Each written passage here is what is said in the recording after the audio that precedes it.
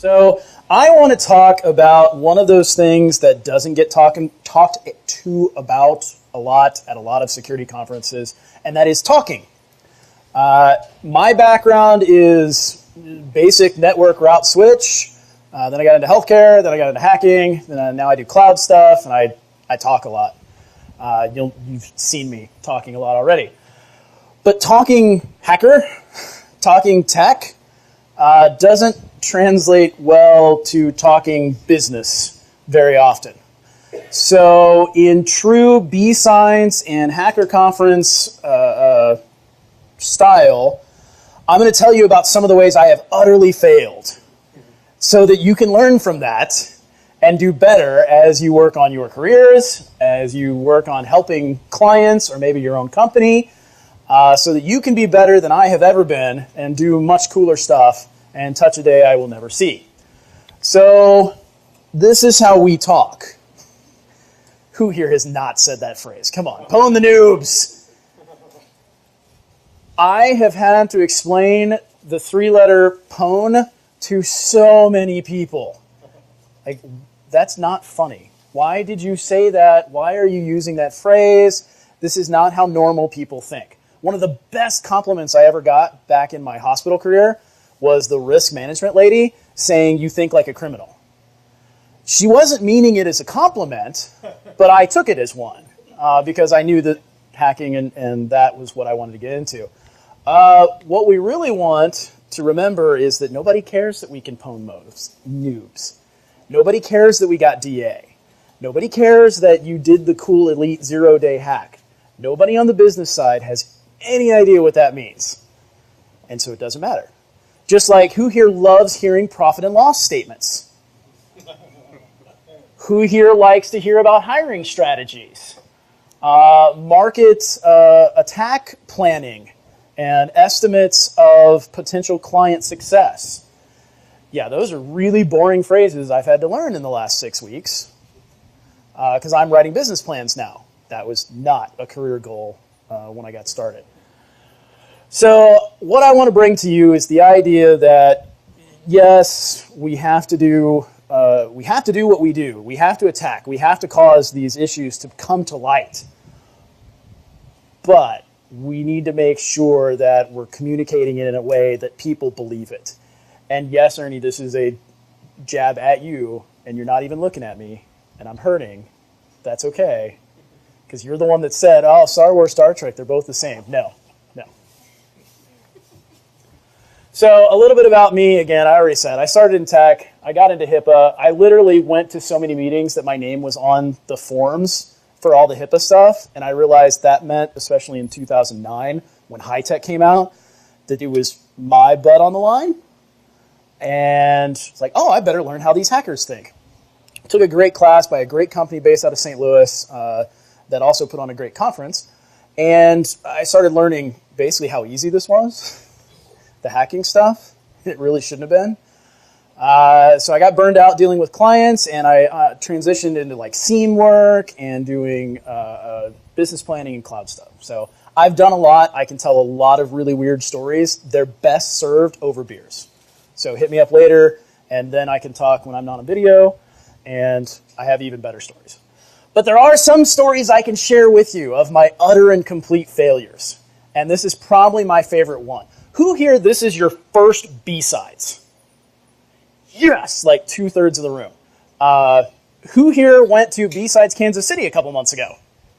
Who was in my talk for that? You've heard this story, but I'm going to tell it a little different.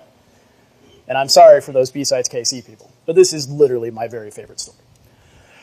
Early in my pen testing career, again, I was a network route switch guy. So I didn't know web app pen testing very well. I learned you start Burp Suite, and you watch the traffic, and if there's little blue parts, you can manipulate those numbers, and sometimes, very, very rarely, that means you can cause problems on the website.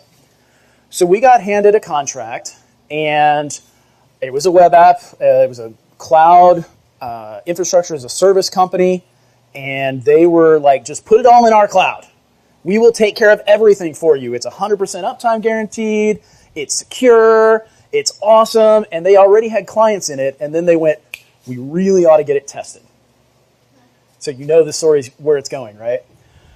I took a look at it and, okay, yeah, web, cloud thing. It took them a while to set up and provision my access. I start up Burp Suite, and I get to my servers, and I'm like, wait a second. Little blue squiggly line here says customer ID equals 20. Huh. Wonder what happens when I put in 1 or 0. I can't remember which one it was. I had access to their entire cloud infrastructure by changing one parameter in a Burp Suite request. Those of you who are doing the CTF right now over in the other room, that's like the second question is how to do that.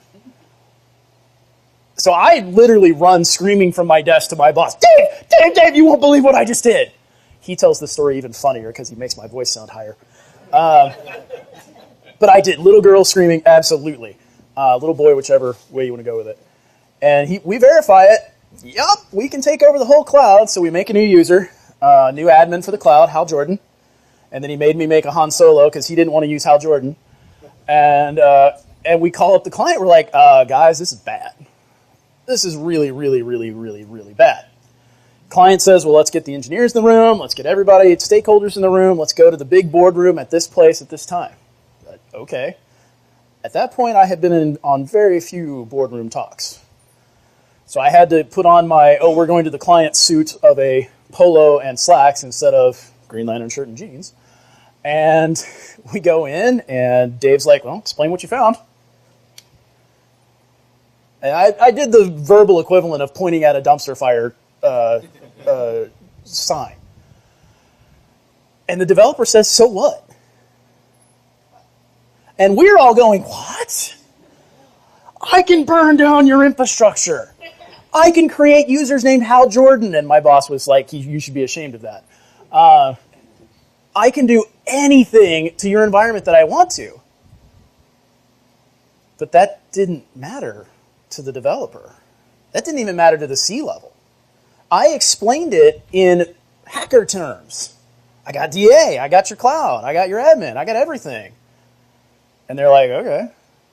So my boss at the time had to translate into business. Okay, so all your clients, we can delete all their data.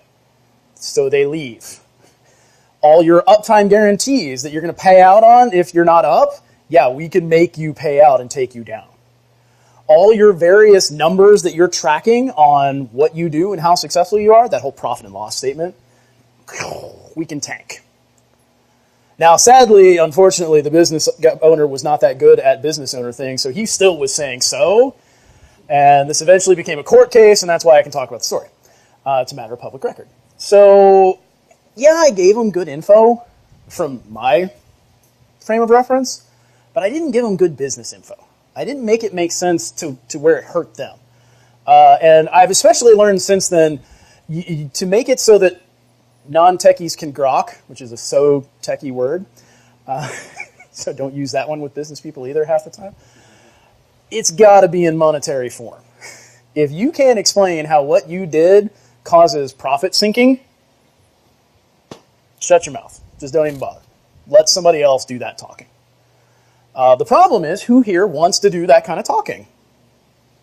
Exactly. No hands went up. Nobody really wants to jump that I'm a cool hacker to I'm a business leader that can talk about spreadsheets at MBA. But we would probably have a way better impact on the world if we did. So I've bitten the bullet, and I'm probably going to be learning a lot of that stuff. May deity have mercy on my soul. So, yeah. Some other things and some bad ways that I've communicated. Have you ever been in the shop where this is what gets thrown around in Slack, before there was Slack, where everybody's just like, I hate my job. I hate Monday through Friday, not just Monday. I hate being on call. I hate dealing with users. I hate dealing with management. I hate. And you take all that hate and you stick it inside, and it eventually becomes a tumor, and that's just the environment you're in. Yeah, so I was there about 1.5 years ago, literally at that place. I swear to God, the name should have been Hate. Everybody in a couple 100-man IT department. How many of you guys have 100 several hundred people in your IT department? Yeah. All of them would say they're overworked. I have about a 20-man IT support department right now. And while there are still some guys who are like, oh, I'm always overworked. Like, I saw your links in Lowell's channel in Slack, dude. I know you're not overworked. There's a difference between everybody feeling they're overworked and actually being overworked and being inefficient about it, having inefficient processes. So I was in this place. I'm too busy. Meanwhile, my job, what they would ask me to do, I could get done in about a half hour a day, maybe. I would take my phone with me because the internet egress web filters were really well locked down, really secure company. So I'd bring my phone with me and play on Facebook, play Mahjong, Clan of Clans, whatever. I had to start bringing my battery in to charge my phone halfway through the day so that I could play in the afternoon on my phone. And I bring this up to my boss because, you know, being bored sucks. I know it's not something very many IT people ever have to deal with, and I thought I never would. But it sucked. I would come home and just be like so drained from being bored. And my wife notices this and just like, this job is really unhealthy for you. And like compared to, you know, jet setting and drinking every day and doing, you know, like all this, she's like, this is worse. You on a hacker conference bender is not good, but this is worse. Okay. So I bring it up to my boss. I'm like, can I do something else too? Can I, you know I have these other skills. Can I, pseudo join this team? Can I do this? Can I put this in place? No, we can't do that. We've got very strict delineated roles and for least permissive act. And he starts saying all these security words. I'm like, that's not really what that means. Wait a second. You just don't want too many people to have too, I mean, like, you have some good reasons, but for the most part, you like having everybody pissed. Like, that was their management style. And I'm just like, oh, this is not going to work, guys. How can we measure what we're actually doing? So I had a very small group of core guys that I worked with on a very specific team that I will not name because some of them might watch this video later. And we said, hey, we could start tracking this and how much it's actually taking us to do and the effect on the company. And then I ended up also getting to do a phishing exercise, which was great because I needed that hit in the arm from leaving hacking and not being able to do phishing exercises. I needed another hit of the haha tricked you drug. So I got to set it up, but I set it up so that hopefully I would look good or bad, depending on how it worked out, we caught the hacking that happened inside. Well, we didn't, because that security team, they really weren't doing what they were saying and complaining about being so busy doing. So we ended up having the numbers to show, yeah, we've got 500 IT, 200 IT guys, however many, but this is the amount of good it's doing us. And that's the kind of thing where everybody thinks they're going to have the Bob's conversation. What would you say you do here? And they start worried about getting fired. But what we also figured out was, dude, let's force multiply here. Let's change some things around so that less people doing less work equals more productivity for what we're actually trying to do, rather than everybody grumbling. And once you had it measured properly, measured work, and people could see that, yeah, you're busy, but your busy equals this awesomeness for the company, there was less grumbling. There was less, I won't say violence, because there was still a lot of, I don't like that guy in accounting and all this, but there were less interpersonal conflicts. So, and here's the thing. I don't have the other story, I can tell you specific things, make sure you tie it to profit and loss. This takes a lot of extra work to figure out how to do this for you. Anybody DevOps fans, Phoenix Project? A few hands? Okay. The 3 ways and the 4 types of work. That's where you get started. Now, I'm not in a DevOps shop. I don't know if I could survive in a DevOps shop. But that, to me, is where you have to start figuring out, okay, what is work? When bad things happen, is that work? Is it unnecessary work? Are changes work? Are planning work? All this kind of stuff. So I have this is how you do it. No secret sauce for this. But I'll tell you, Phoenix Project is what got me to that point of figuring out, okay, this is what is work to me, and this is what I need to communicate it better.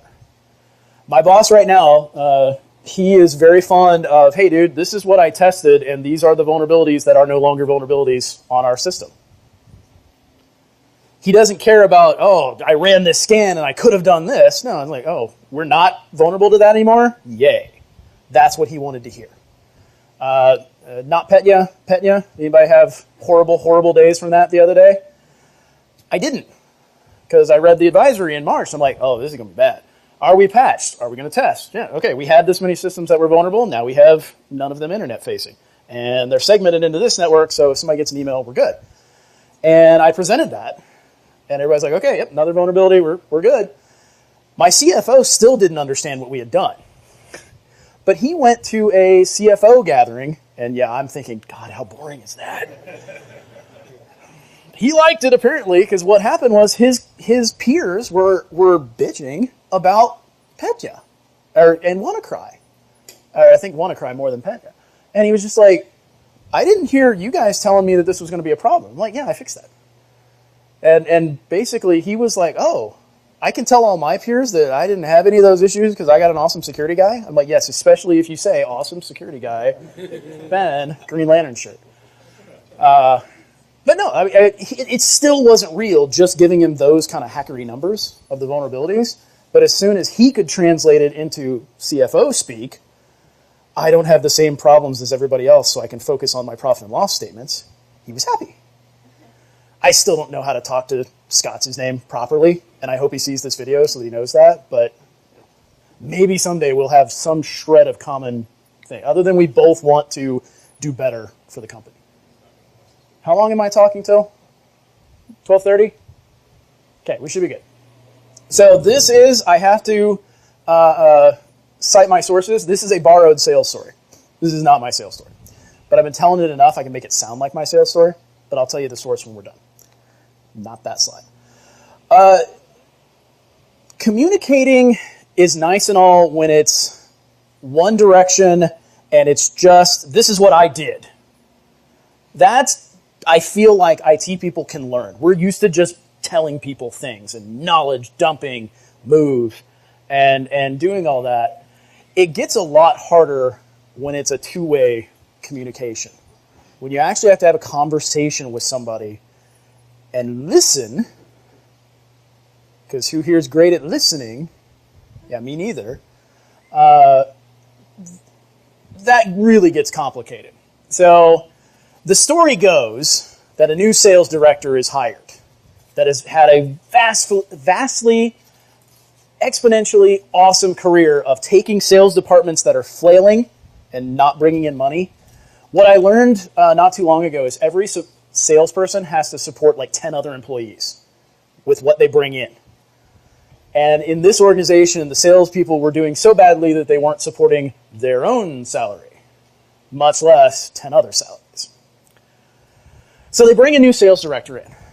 And she says, this is how we're going to do things. We're going to change compensation so it goes this way. We're going to make sure that we're focusing on these markets and these products, and it'll be awesome. Go. And the salespeople, generally speaking, just like us, if you change your compensation plan, there will be grumbling. I used to do my job one way and get paid one way. Now I'm doing my job the same way and getting paid less because I didn't listen. Grumble, grumble, frazzle, frazzle, whatever. So sales department does not turn around. A few people leave. And everybody's like, this is scary. This is not, I don't feel like I'm working in a good environment anymore. So luckily, one of the salespeople happens to know a consultant and brings this up because consultants solve everything, right? You guys know that. Like you can say the thing that needs to happen in your organization, but for it to actually happen, you need to call somebody out, pay them 3 times as much per hour for them to say the same thing, and then change happens in your organization. There's actually a mental reason for that. People listen. When you go out and pay somebody specifically to say something, they're more likely to listen to it. That's like a known thing, and why consulting can be quite nice. When I was doing pen testing, I would go to the IT guy, as long as I knew he was okay, and just be like, what have you been telling them to fix for 5 years? Oh, yeah, that's what I found too. Let's go talk about that. And then they were immediately like, holy. And then I would put it in my report. Things would happen and change. They'd get budget. And they're like, how do you work this magic? I'm Like, they paid me specifically to tell them what to do. They pay you to do what they tell you to do. You just got to flip the script a little bit. No, seriously, that worked on way too many pen tests. Which was really fun when it was a social engineering thing and they weren't supposed to tell me where the problems were. Side the point. So in this sales story, the consultant says, did you bring these concerns to the sales director? Do they know you're having issues? Well, no. I'll get fired. I can't speak my mind to my boss. Are you kidding me? Who's been in that thought? So there's nods, there's people. I don't know if I want to say it because I might get fired because they're watching through a webcam. But here's the thing, and I've seen this on the consulting side, but again, this isn't my story. The consultant was luckily working for the company, goes to the sales director and says, your people are grumbling and they're worried that they're all going to get fired because numbers aren't doing what you said they were doing. The sales director says, no, that's the point. That's the plan. This had to happen so that we could rebound and jump back up. That's the whole plan. I've done this 10 times at 10 other companies. That's how I'm successful. And the consultant to the sales director is, do they know that? And business director, sales director person lady goes, well, that's if they didn't understand the why of what I'm trying to do, they would ask, right? They would speak their mind and tell me, right? And the consultant goes, well, depends on how you've worked relationships in the past, and you're new. These people don't know you. They don't know to ask you and be honest and ask for whys. How often have you understood what your boss was trying to do when they bought a new technology? You knew why they were buying it. How often is it, hey, we're buying this cool technology, implement it? Did you ask why? Did the boss have a why? Are all our bosses pointy-haired leaders that have no idea why they do what? Most of us will begrudgingly and not happily say, no, they're probably not idiots. They just happen to look like idiots and they should listen to me more. But why? You have to build that two-way street of communication and of trust before you get to that why point. That's also in the Phoenix Project book that I mentioned. But I actually learned that, and I couldn't get a picture because the Amazon logo of the book was way too small. So if you write nothing else down during this talk, write down this book. Extreme Ownership by Jacko, Jacko. He's a Navy SEAL instructor. And he has this Extreme Ownership book is the story of how he turned around, I don't remember what city it was in Iraq. And what he had to learn to own the situation and change it for better and lead his men. And so I like to think I'm okay at leading because nobody's told me I'm not, the people that I've had to manage and deal with. But there's a big difference between, hey, I need you to work a little bit late and finish this project, and I need you to go out there and get shot at.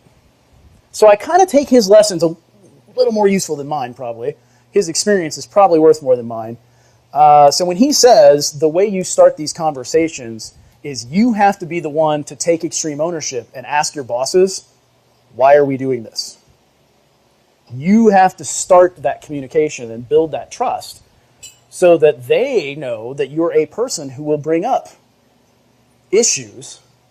And here's the caveat, the lesson learned, you have to have a solution.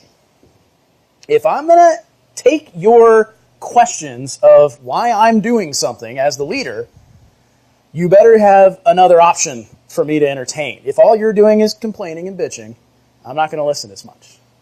That's not useful. That's not productive. That doesn't get us anywhere. But when you say, hey, we did it this way because, and I thought if we changed it that way, it would do X, then you've actually given a possible solution that may be better or worse. You've started a dialogue, and you can communicate on that. Has anybody heard some of these? See, I was going to put a picture there. Has anybody heard some of these concepts before in social engineering? So that's what I did for a while at Parameter, and it was so much fun. Like walk into a place because I look like the IT guy, and just be like, "Hey, I'm going to fix a copier." And they're like, "Yeah, go," and I'm owning everything. It was great.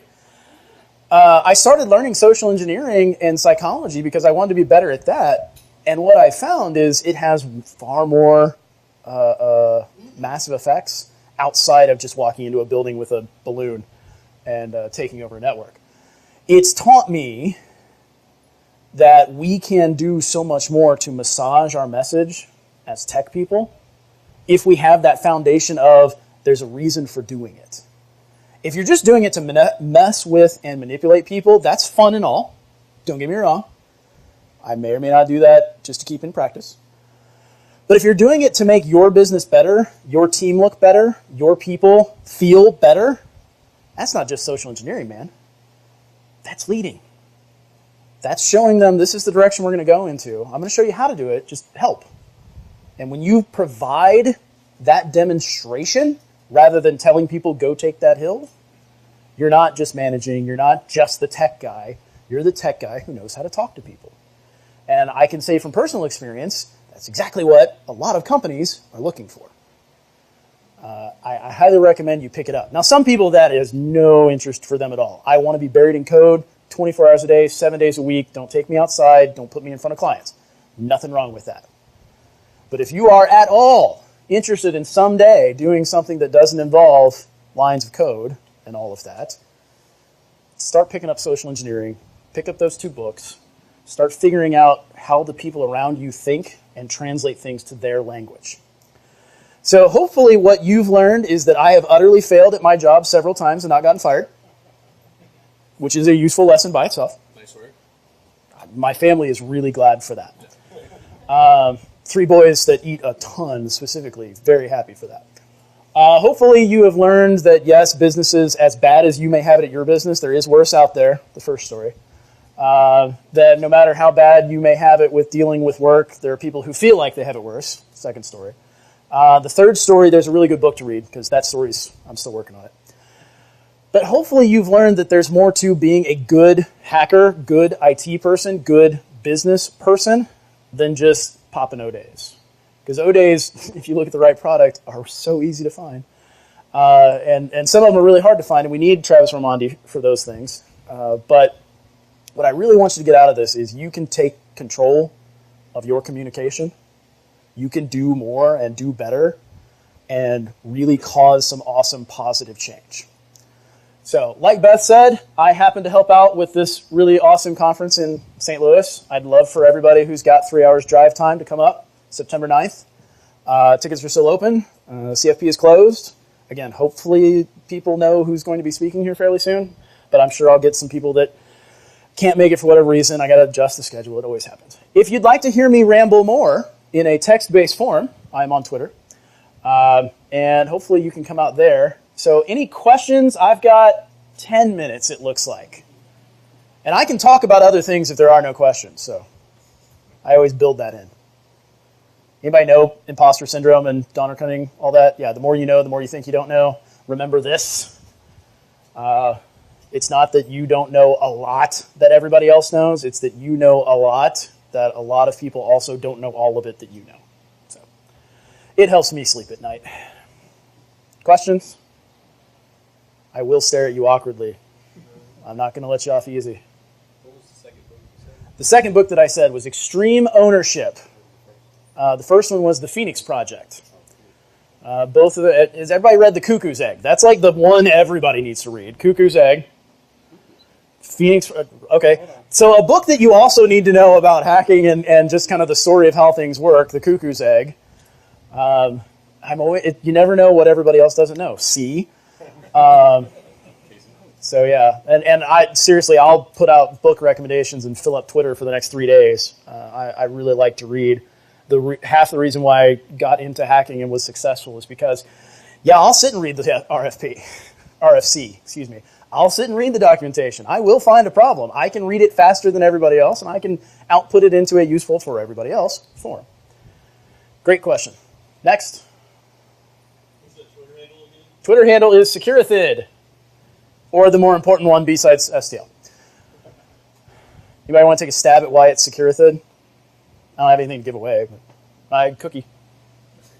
You can give away a t-shirt. Okay, here. Next person that asks me a question that's actually useful gets a t-shirt. I get to determine useful. Or I'll keep it. This is a Splunk shirt. I only have like 5 of these. Actually, I don't have this specific one. So what's the best book you've read for social engineering? The best book I've read for social engineering. Okay, this is a 2-part answer. Ed, do you have one of these? Nope. Good. That's an awesome question. So there are so many good books on social engineering. Oh my God. Anything by Chris Agnetti, socialengineer.org. And that's kind of the giveaway answer. I'm not going to say a certain famous hacker's books just because they are good books, but I don't think there's a lot of this is how it's done in there, which is a second throwaway answer. The actual one that taught me the most about social engineering that I've used effectively is a book called The Wizard's First Rule.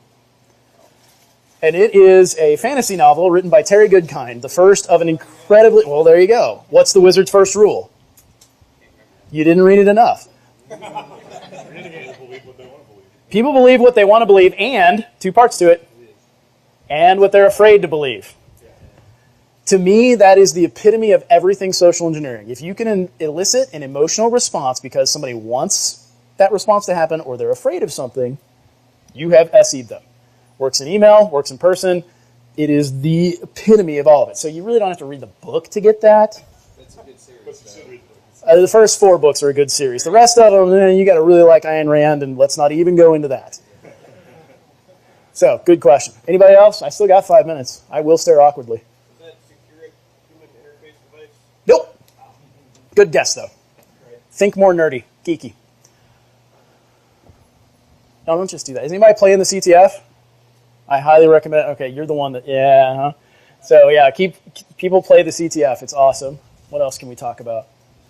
I guess I will give back my time. We can cut the last 3 minutes out of the recording, right? Just the awkward question and answer. Okay. Yeah. So with that, thank you all. I will be around the rest of the day. Are we doing after party something? Is there a bar we should all hit? I don't have an official after party. But Is there a bar you and I are going to hit? Springfield Brew Company. Yes.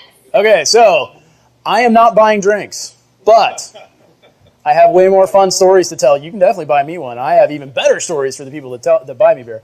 So yeah, somehow we will say that at the end, so that we will go to that bar and yes, I'll hang out. You got to have some kind of meetup.